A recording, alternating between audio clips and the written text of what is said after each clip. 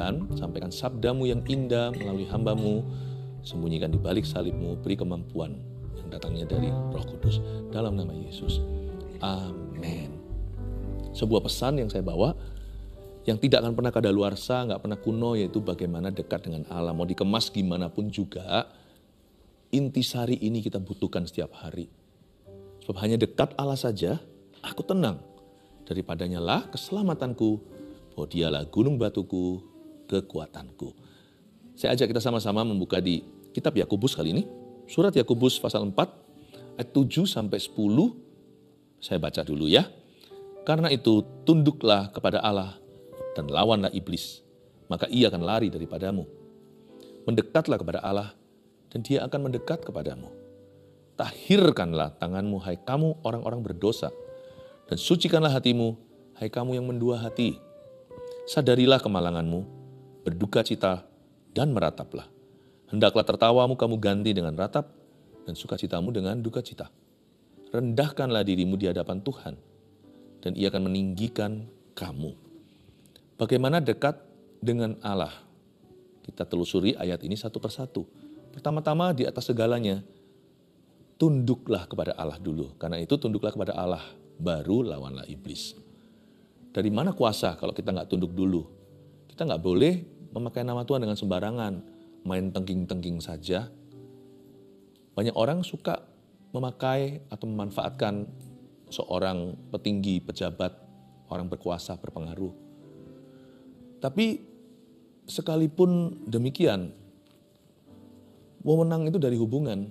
Kalau kita cuma pakai nama juga tidak ada otoritas di dalamnya. Tuhan juga tidak bisa kita pakai namanya dengan sembarangan. Tunduk kepada Allah itu hubungan.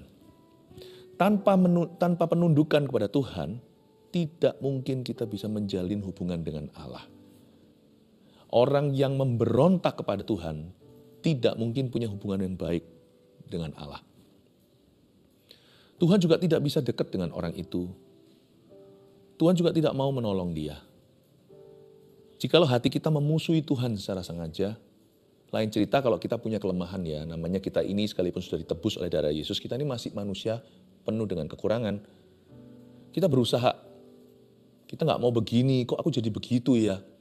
Padahal bukan kemauanku, itu lain cerita. A struggling Christian, orang Kristen yang masih bergumul dengan dosa. Tapi pendosa yang keras kepala, yang memang jelas-jelas serta-merta menentang Allah. Gua mau gini, lu mau apa? Itu lawan kata tunduklah kepada Allah. A rebel atau seorang pemberontak tidak mungkin bisa dekat sama Tuhan. Tapi tunduklah kepada Allah juga ada di dalamnya dimensi komitmen. Apa yang disebut dengan penundukan kepada Tuhan? Kalau nggak ada komitmen-komitmen yang jelas. Kekristenan itu bukanlah satu daftar jangan isinya hanya larangan. Bukan sih. Kekristenan itu hubungan yang indah dengan Tuhan, hubungan yang pribadi. Kalau Tuhan itu adalah seorang pribadi yang nyata, maka tentunya ada yang Tuhan suka, ada yang Tuhan benci. Kalau kita mau menjalin hubungan dengan seseorang, ya jangan lukai hatinya secara sengaja.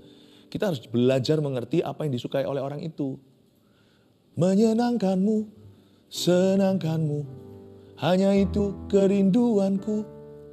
Menyenangkanmu, senangkan hatimu, hanya itu kerinduanku. Kita berdoa, kita saat teduh bukan supaya kita masuk surga.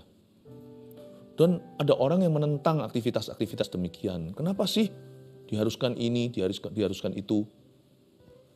Kan Tuhan yang penting melihat hati. Loh, ada komitmen-komitmen tertentu itu yang menyenangkan Tuhan. Dan itu sangat-sangat membangun hubungan. Misalnya Anda pacaran. Kalau Anda tidak luangkan waktu, ya bagaimana bisa kenal pasanganmu? Bagaimana tahu kalau dia memang pasangan hidupmu? Memang betul, saat teduh itu bukan paksaan. Baca Alkitab contohnya, kan bukan hukum Taurat. Tapi kalau kita tidak punya komitmen-komitmen yang membangun hubungan kita dengan Tuhan, ya hubungan kita pasti rapuh. Hubungan kita tidak akan sekuat itu, hati kita selalu rawan dosa. Meskipun ini bukan paksaan, baca Alkitab berapa pasal bukan keharusan, berdoa setiap pagi, Itu bukan berarti kalau kita tidak lakukan itu lalu Tuhan marah dan murka, tetapi kenali komitmen-komitmenmu. Kalau kita sungguh-sungguh menunduk pada Allah, maka kita akan punya komitmen-komitmen yang bagus. Yang kita bangun dengan Yesus. Contohnya baca Alkitab.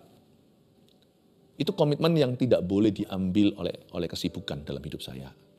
Apapun terjadi, doa itu hukumnya harus dalam hidupku.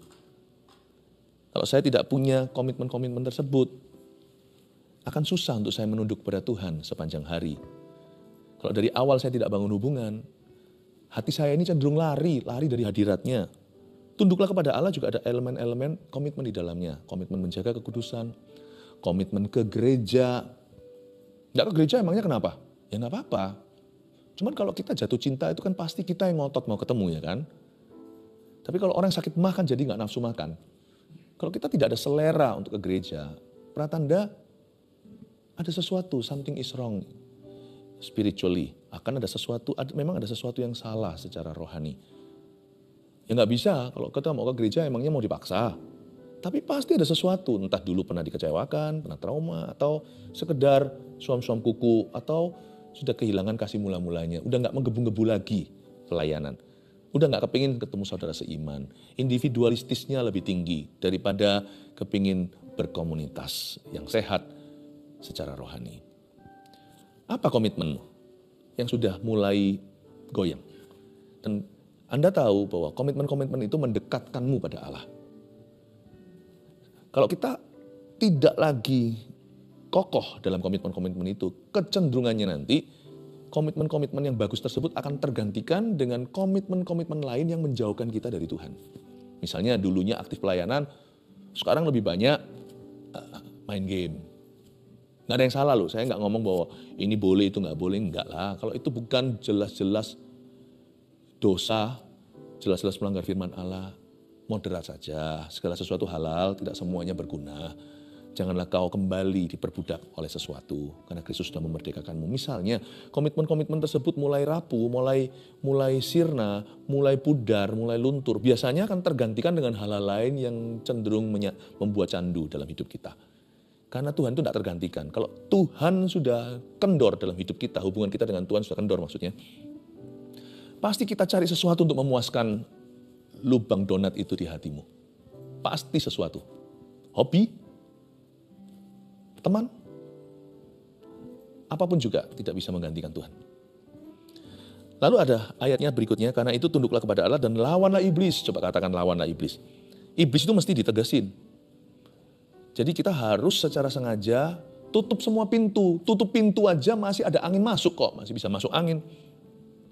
Kita sudah jaga dengan segala waspada aja, hati itu masih dicobain itu salah. Tapi ada orang-orang tertentu kenapa tidak pernah bebas dari dosa? Karena memang mereka mengizinkan iblis terus menggoda. Lawanlah iblis itu berarti jangan buka celah.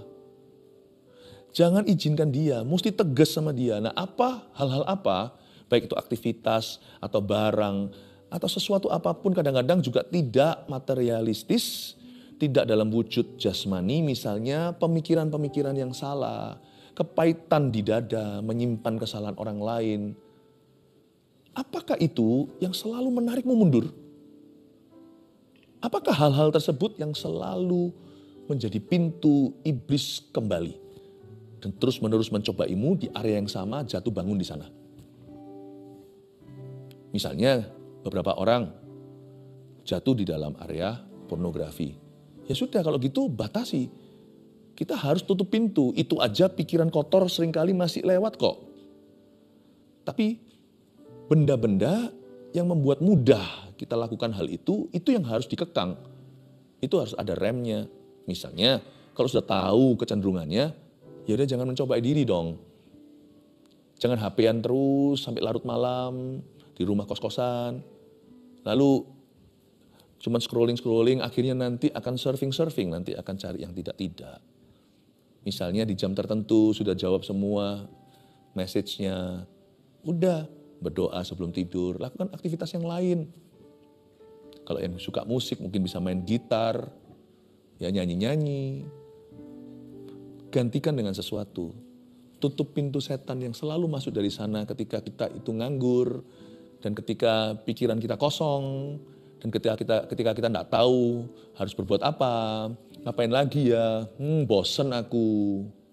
Tiba-tiba setan lewat, dosa aksesnya ada, mudah. Tidak ada disiplin.